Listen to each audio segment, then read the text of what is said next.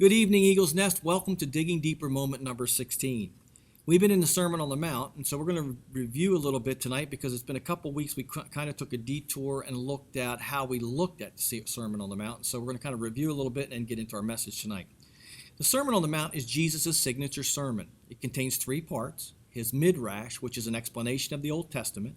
We need to remember that Jesus was a rabbi with Seneca. Seneca was authority to offer his own interpretation of the Old Testament. This is called being a sage. Jesus was a sage, and so he offers his MIDRASH, his explanation of the Old Testament. It contains his HAGGADAH, which is his application of the Old Testament. We haven't looked at that yet. And his HAGGADAH, which is his illustrations of the Old Testament. We'll see that in several weeks from now. Jesus' MIDRASH, his first section, has four parts, and we've looked at them, and we're in the fourth part. The first is the Beatitudes found in Matthew chapter 5, verses 1 through 10, Matthew chapter 5, verses 11 through 16, which Jesus talks about prophets, salt, and light. We've called that happiness comes from knowing our purpose. In Matthew 5, 17 through 20, Jesus talks about how he approaches the Old Testament, and we've labeled that happiness comes from right thinking. And finally, in the fourth section, which we're going to look at again tonight, is Jesus gives 5 illustrations of how he interprets the Old Testament, which we have labeled happiness comes from getting off the escalator. These are found in Matthew 5, 21 through verses 20, from verses 5, chapter 5, verse 21 to verse 48. One more thing that's important to remember is that Jesus is contrasting his righteousness, or the righteousness that he's teaching here in the Sermon on the Mount, with the righteousness taught by the rabbi. The rabbi focused on external things, while Jesus focused on the heart, internal things. The rabbi focused on doing the minimum. Jesus focuses on doing the maximum. The rabbi focused on loopholes, getting out of doing certain commandments. Jesus focused on living out the entire Old Testament in our lives. Over the last 2 weeks, we said that we need God's help to get off the 5 escalators that Jesus mentions in verses 21 through 48. So far, we've looked at the first escalator, which is anger. We need God's grace to help us deal with our anger. One of the hardest things to deal with, I've had people come to me over the years and have asked me, Pastor Bob, help me not to get angry. And I've had to teach them that it's not the goal to not to get angry. It's what we do with our anger and why. And we need God's grace to help us to deal with those issues. And we looked at that over the last few weeks. Today we're going to look at the second escalator. You know, we've all been on escalators. You know, if you get on an escalator that's going down, once you get on that escalator, it's going to take you down. You got to find a way to get off. And it's not easy to get off an escalator once you get on it. And so this is kind of why I've labeled it escalators, because each one of these commandments that Jesus deals with, each of these 5 illustrations, Jesus is letting us know that once you get on them, you better get off these escalators as soon as possible, because they have a tendency to take us lower and lower to places that we don't want to go. In anger, we saw that when we looked at this 3 weeks ago, that anger will take us places we don't want to go and experience consequences we don't want to have to go through. Today, we look at the second escalator, which is lust. We want to read from Matthew chapter 5, starting in verse 28. It says, "But I say to you," well, let me back up, verse 27. "You've heard that it was said of old." This is he speaking of tradition, because the tradition was spoken where the word of God was written. So he says, you've heard it of those of old. In other words, the rabbi have taught you, you shall not commit adultery, which they took from the written text, but they spoke about these things. "But I say to you that whoever looks at a woman to lust for her has already committed adultery with her in his heart." Remember, Jesus is dealing with internal righteousness, what's going on the inside of us. Then he says, "If your right eye causes you to sin, pluck it out and cast it from you, for it is more profitable for you that one of your members perish than your whole body to be cast into hell. And if your right hand causes you to sin, cut it off and cast it from you, for it is more profitable for one that one of your members perish than for your whole body to be cast into hell. Furthermore, it has been said, whoever divorces his wife, let him give her a certificate of divorce. But I say to you that whoever divorces his wife for any reason except sexual immorality causes her to commit adultery, and whoever marries a woman who is divorced commits adultery." Jesus is saying it's not enough not to commit adultery. The lesser sin in the mind of the rabbi was lust, but Jesus is saying that the lesser sin of lust will lead to adultery, and the sin of adultery will lead to divorce. If you read that whole text together, Jesus is not separating these. He's been showing how we don't want to practice like some of the rabbi did, which is listing sins from the lesser to the greater, and then teaching that there's lesser sins that we have a loophole to get out of, and so we don't have to obey them.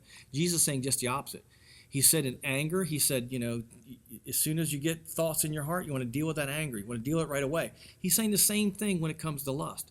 And he uses a statement that was proverbial in his day. He says, if your right eye causes you to sin or your right hand causes you to sin, pluck it out or cut it off. Now, Jesus isn't talking about doing this literally. I remember when I was in college many years ago, one of my professors shared a story about a young man that he knew who took this text literally, and he was struggling with lust. And so he went outside one day and stared at the sun, and he did permanent damage to his eyes. This was foolish, and it's not what Jesus was teaching. This saying, cut off your right hand or pluck out your right eye, was a way of saying in this day that to do whatever it takes. And Jesus uses it later in Matthew 18, so he's not specifically using it for this. This is just a saying that he used to illustrate what he was saying. He's saying do whatever it takes to get out or to get off of this escalator before lust takes over your life. If there ever was a time which we need to heed this warning, it is now. I mean, we have to be realistic about what's going on around us. We are living in a world right now in which lust is everywhere. According to the Covenant Eyes website, 90% of boys and 60% of girls are exposed to pornography before the age of 18. Those numbers are alarming. Josh McDowell said in one place, it's not whether my children or young people will see pornography or not, it's when they'll see it and what they'll do about it. It's everywhere, folks. 64% of Christian men and 15% of Christian women admit to watching porn at least once a month. 1 out of every 8 online searches and 1 out of every 5 mobile searches on our phones is for porn. Pornography takes up 1/3 of the internet's bandwidth, or bandwidth, not bad breath. Our nation is on the escalator of lust. And folks, it's affecting all of us. One of the consequences of lust is it's going to lead to adultery, which is going to lead to divorce. It's going to lead to the breakdown of the family. That's why Jesus is telling us to get off this escalator as quick as possible. Now, do I have to make the case that marriage is under assault in America? Do I have to argue that point? I don't think so. And why is this so important? Why is it so important to save marriage and to protect marriage? Well, because according to Alfred Edersheim, the destruction of marriage and the family in Jesus' time actually brought the Roman Empire to the brink of destruction. The question is, will this be any less true in our times? Listen to the words that Alfred Edersheim writes as he's speaking of the coming of John the Baptist and Jesus. He says, for alike in the Roman world and in Palestine, the time had fully come, not indeed in the sense of any special expectancy, but the crisis of Roman history. Whatever good or evil the ancient world contained had become fully ripe. Beyond them lay only as alternatives ruin or regeneration. He goes on to say, it would be unsavory to describe how far the worship of indecency was carried, how public morals were corrupted by the mimic representations of everything that was vile, and even by the pandering of corrupt art, the personification of gods, oracles, divination, dreams, astrology, magic, necromancy, and theurgy, which is a kind of white magic, all contributed to the general decay. It has been rightly said that the idea of conscience as we understand it was unknown to heathenism. Absolute right did not exist. Might was right.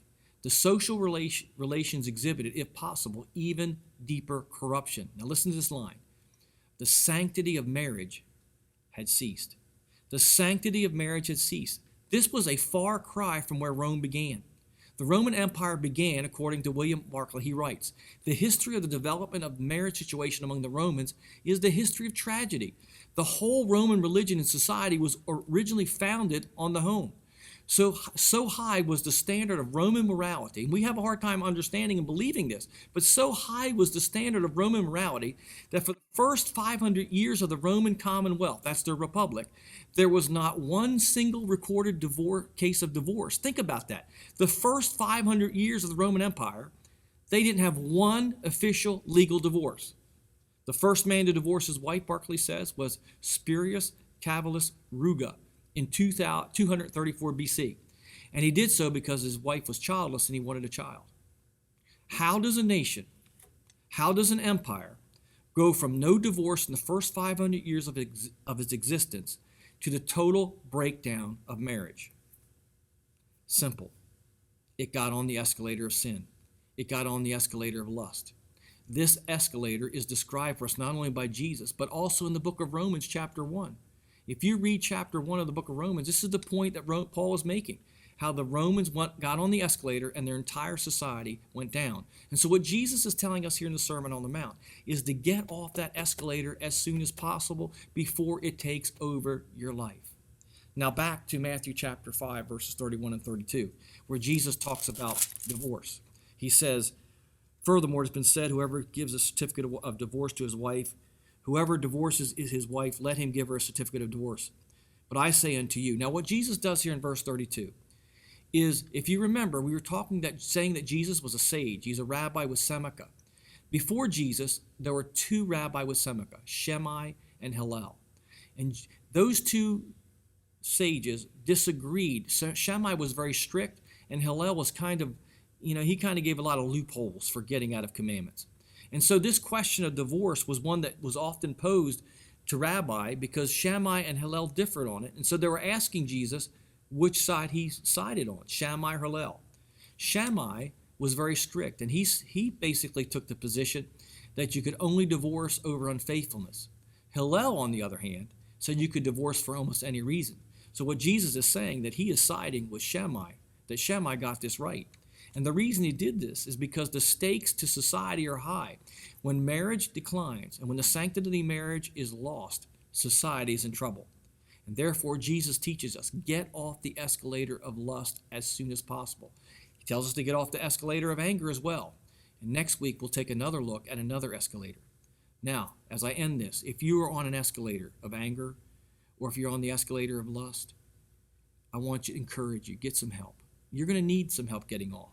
The Sermon on the Mount is not written to condemn us. The Sermon on the Mount is to let us know where we need grace. And the grace of Christ. And when we read the Sermon on the Mount with the eyes of grace, we understand that God's help is available for us to help us. The Bible tells us in Romans 5:20, "But where sin abounded, grace abounded more." In the Sermon on the Mount, Jesus gives us the road to happiness. He tells us to get off the escalators of anger and lust. They will not lead to happiness. They'll lead to destruction. So if you need help, you can contact us at hello@eaglesnest.ch. Next week, we'll look at the next escalator, which is telling the truth or not telling the truth. We'll look at it next week. God bless you. Be safe.